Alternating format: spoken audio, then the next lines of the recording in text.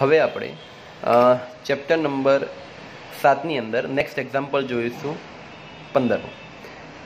R બરાબર 20 ohm, L બરાબર 1.5 henry અને C 35 માઇક્રોફેરાડે આપેલા છે. VRMS 200 વોલ્ટ આપેલા છે. અનુનાદ વખતે પાવર શોધવાનો. એટલે બહુ જ સિમ્પલ એક્ઝામ્પલ છે. તમને બધાને ખ્યાલ છે કે અનુનાદ વખતે જ્યારે પણ પાવર પૂછાય ત્યારે ફક્ત અવરોધ જ હોય છે. એટલે એના માટે IRMS બરાબર VRMS, એટલે કે એકચ્યુઅલી સૂત્ર થાય પાવરનું આ P બરાબર IRMSનો વર્ગ ગુણ્યા R, પરંતુ R છે IRMS નથી. એટલે IRMS એટલે VRMS બાય R છેદમાં R આવશે. ભલે તમને LC આપેલા છે પણ અનુનાદ વખતે LCનું કોઈ કામ હોતું નથી. એટલે VRMS અને R મૂકશો એટલે તમને IRMS મળશે. એની કિંમત તમે અહીં મૂકી દેશો એટલે તમને પાવર મળી જશે. બરાબર છે. ચલો હવે 16મા નંબરનો દાખલો. જો એક રેડિયો બ્રોડકાસ્ટ બેન્ડ 800 કિલોહર્ટ્ઝથી 1200 કિલોહર્ટ્ઝ છે, એટલે તમને એક ફ્રીક્વન્સીની રેન્જ આપેલી છે 800 કિલોહર્ટ્ઝથી 1200 કિલોહર્ટ્ઝ. 800 એટલે ઓછામાં ઓછી ફ્રીક્વન્સી, 1200 એટલે મહત્તમ ફ્રીક્વન્સી. જો તેના LC પરિપથમાં 200 માઇક્રો ફેનરીનો ઇન્ડક્ટર હોય તો ચલ કેપેસિટરની રેન્જ શોધો. હવે રેન્જ એટલે કેપેસિટરની રેન્જ શોધવાની, મિનિમમ ટુ મેક્સિમમ. તમને ઇન્ડક્ટર આપેલો છે 200 માઇક્રો હેનરી. હવે માઇક્રો એટલે 10⁻6 થાય. હવે અહીં તમારે ધ્યાન રાખવાનું કે જો ફ્રીક્વન્સીની ચલ કેપેસિટરની રેન્જ એટલે સીની રેન્જ શોધવી હોય એટલે જો સૂત્ર આપણે F0 બરાબર 1/2π√LC વાપરીએ. સૂત્રનો કરતાં સીને બનાવવો પડે કારણ કે કેપેસિટરની રેન્જ શોધવાની છે એટલા માટે. એટલે કે બંને બાજુ પહેલાં વર્ગ કરી દઈએ કારણ કે અંડરરૂટ કાઢવા માટે. એટલે અહીં થશે F02 બરાબર 1/√4π²LC. સૂત્રનો કરતાં સીને બનાવો એટલે કે 1/4π²L F02.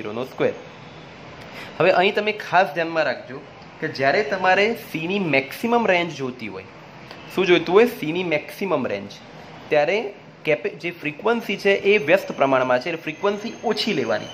કારણ કે વ્યસ્તમાં તમે જો છેદમાં ઓછી વેલ્યુ લેશો તો જે સી છે તમને મહત્તમ મળશે. એટલે સી મહત્તમ લેવો હોય ત્યારે ધ્યાન રાખજો કે F મિનિમમ લેવાનું, એટલે કે F800 લેવાનું. કારણ કે F800 મિનિમમ કહેવાય અને 1200 મેક્સિમમ કહેવાય. એટલે અહીં જ્યારે તમે F મિનિમમ લેશો ત્યારે સી મેક્સિમમ મળશે. બધી જ કિંમત મૂકી દો એટલે તમને જવાબ મળશે 197 પિકો ફેરાડે. 10⁻12 એટલે પિકો થાય. હવે આપણે સી મિનિમમ શોધવું હશે ત્યારે F મેક્સિમમ લઈશું એટલે કે 1200 લઈશું. એ હવે જોઈએ.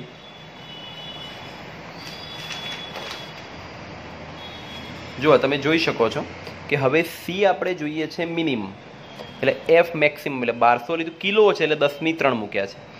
આનો જવાબ તમારે 88 પિકો ફેરાડે હોય. આમ તમારી રેન્જ શું આવી? 88 પિકો ફેરાડેથી હવે આપણે બી હાલ જ ગણ્યું 197 પિકો ફેરાડે, એટલે કે 197 પિકો ફેરાડે આવી. એટલે 88 પિકો ફેરાડેથી 197 પિકો ફેરાડે રેન્જ મળી. એટલે એકનું એક સૂત્ર 2 વાર યુઝ કર્યું. ખાલી એટલું જ સમજવાનું હતું કે F ક્યારે મિનિમમ લેવાનો છે ને F ક્યારે મેક્સિમમ લેવાનો થાય. બરાબર.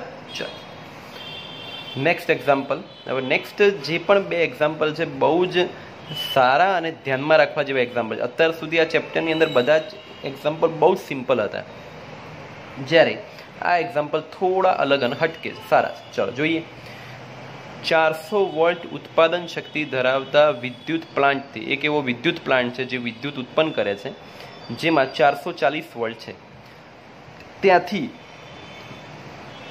15 કિલોમીટર દૂર 220 વોલ્ટ જેટલા વોલ્ટેજ 800 કિલોવોટ પાવરની જરૂરિયાતવાળું એક નાનું શહેર છે. એક નાનું શહેર છે જેમાં 15 કિલોમીટર દૂર છે. કોનાથી? તો વિદ્યુત પ્લાન્ટથી. કેટલી રિક્વાયરમેન્ટ છે? તો 800 કિલોવોટ અને 220 વોલ્ટ. પાવર લઈ જતા તારની લાઇનનો અવરોધ 0.5 ઓહમ પ્રતિ કિલોમીટર છે. એટલે એનો મતલબ કે તમને બધાને ખબર જ છે કે પાવર ટ્રાન્સફર કરવો હોય તો કેબલ દ્વારા થાય છે. હવે કેબલનો અવરોધ હોય પોતાનો એ કેટલો છે? તો 1 કિલોમીટરે 0.5 ઓહમ છે અને કુલ અંતર કેટલું છે? 15 કિલોમીટર. શહેરમાંના સબસ્ટેશને આવેલા, શહેરનું જે મેઇન સબસ્ટેશન હોય એ 4000-220 વોલ્ટના સ્ટેપ ડાઉન ટ્રાન્સફોર્મર દ્વારા શહેરને પાવર મળે છે. એટલે આ યાદ રાખજો. બરાબર. સબસ્ટેશન પાસે કેટલું છે? તો 4000-220 વોલ્ટ. હવે પ્રશ્નો શું છે? તો પાવર લાઇનમાં ઉષ્મા સ્વરૂપે વ્યય થતો પાવર શોધો. શું છે? પાવર લાઇનમાં ઉષ્મા સ્વરૂપે વ્યય થતો પાવર શોધો. લીકેજને કારણે પહેલાં તો વ્યય થતો પાવર શોધવાનો છે. બીજો પ્રશ્ન છે લીકેજને કારણે થતો પાવર અવગણીએ તેમ ધારતા પ્લાન્ટ દ્વારા કેટલો પાવર પૂરો પાડવો જોઈએ. બરાબર. ત્રીજો પ્રશ્ન છે પ્લાન્ટ પાસે જરૂરી સ્ટેપઅપ ટ્રાન્સફોર્મરની લાક્ષણિકતા જણાવો. હવે વન બાય વન લઈશું શાંતિથી. પાવર લાઇનમાં ઉષ્મા સ્વરૂપે વ્યય થતો પાવર શોધવા માટે સૌથી પહેલાં તો તમને એવું કીધેલું કે કેબલનો અવરોધ કેટલો છે, તો 0.5 ઓહમ પર કિલોમીટર.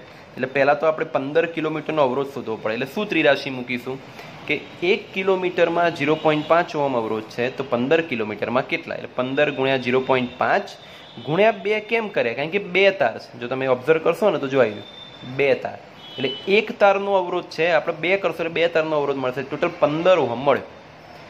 બરાબર. ચલો, પ્લાન્ટ દ્વારા કેબલમાં મોકલાતો વોલ્ટેજ 4000 વોલ્ટ જે સબસ્ટેશન પર પહોંચે છે તે, અને શહેરના સબસ્ટેશનને મળતો પાવર કેટલો છે, 800 કિલોવોટ. ઉપરનો વોલ્ટેજ છે, નીચેનો પાવર છે. હવે આપણે શોધવાનું શું છે, તો ધ્યાન રાખજો કે ભાઈ પાવર લાઇનમાં ઉષ્મા સ્વરૂપે વ્યય થતો પાવર શોધવાનો છે. એટલે કે વ્યય થતો પાવરનું સૂત્ર I²R થાય. એટલે R છે જે તમે ઓર્ડર શોધ્યો 15, I નથી, તો I શોધવા માટે શું કર્યું, તો P બરાબર VI, I બરાબર P/V. P પણ તમારી પાસે છે અને V પણ છે. તો જો 800 K એટલે 10⁻³ ભાગ્યા V એટલે 200 એમ્પિયર મળ્યો. એ તમે અહીં મૂકી દો એટલે તમને કેબલમાં વ્યય થતો પાવર એટલે 600 કિલોવોટ વ્યય થાય. કિલો એટલે 10⁻³. એટલે ધ્યાન રાખજો 600 કિલોવોટ જેટલો પાવર વ્યય થઈ જાય છે. હવે બીજો પ્રશ્ન શું હતો, ધ્યાનથી સમજો આ દાખલો. પાવર સ્ટેશન વડે મોકલાતો પાવર, એટલે જ્યાં તમારું મેઇન સ્ટેશન છે એ કેટલો પાવર મોકલે, તો સબ સ્ટેશન પર મળતો પાવર, એટલે જ્યાં તમારું શહેર છે ત્યાં, પ્લસ રસ્તામાં જે કેબલ આવે એમાં વ્યય પણ ગણવો પડે. એટલે જો 800 કિલોવોટ તમને રકમમાં આપેલો છે અને કેબલમાં વ્યય થતો તમે શોધ્યો એટલે 600, એટલે કુલ 1400 કિલોવોટ પાવર સ્ટેશનમાં જનરેટ કરવો પડે. જો હું ફરી સમજાવું કે અહીં મારું પાવર સ્ટેશન છે, ત્યાં મેં 1400 કિલોવોટ જનરેટ કર્યો, રસ્તામાં જતાં જતાં 600 કિલોવોટ ઉડી ગયો વ્યયના કારણે, જે આપણે શોધ્યો. તો મેઇન સબસ્ટેશનમાં કેટલો પહોંચ્યો, 800 કિલોવોટ. બરાબર, એવું ગણિત છે. હવે નેક્સ્ટ પ્રશ્ન છે કે તારમાંથી થતો વોલ્ટેજ ડ્રોપ. હવે વોલ્ટેજ ડ્રોપનું હંમેશા ચેપ્ટર નંબર 3 પ્રમાણે જ્યારે પણ તમારે વોલ્ટેજ ડ્રોપ શોધવાનો હોય તારમાંથી, તો હંમેશા V બરાબર IR સૂત્ર વાપરવાનું. I એટલે 200, R એટલે 15, એટલે 3000 વોલ્ટ જેટલો વ્યય થાય. તેથી પ્લાન્ટ પાસે જરૂરી સ્ટેપઅપ ટ્રાન્સફોર્મરનું આઉટપુટ વોલ્ટેજ શું હોવું જોઈએ. હવે તમે ધ્યાન રાખજો 3000 વોલ્ટ તો ખરાબ થઈ જાય એટલે ડ્રોપ થઈ જાય, અને તમારે પહોંચાડવાનું છે 4000. સમજો તો તમારે કેટલો કરવો જોઈએ, લોજિકલી 7000. સમજો 4000 જે જોઈએ છે, 3000 જે તમારો ડ્રોપ થઈ જાય. જો હું પાવર સ્ટેશનમાં 7000 ઉત્પન્ન કરું, એમાં 3000 ઉડી જાય તો 4000 મારે જ્યાં જોઈએ મળી જાય. જો અહીં 7ની જગ્યાએ હું 5 કરું તો 3 તો ઉડી જ જવાનો, તો 2 છે, તો 2 નહીં ચાલતા, આપણે કેટલા જોઈએ, 4000. એટલે એવી રીતે આ 7000 વોલ્ટ મળે. આ દાખલો છે ને થોડો વ્યવહારુ દાખલો છે, એટલે નોટ ફિઝિક્સ લોજિકથી, બટ ગાણિતિક રીતે લોજિકલી તમારે એને સમજવું જોઈએ. બરાબર. ચલો, મળીશું નેક્સ્ટ વિડીયોમાં. Thank you.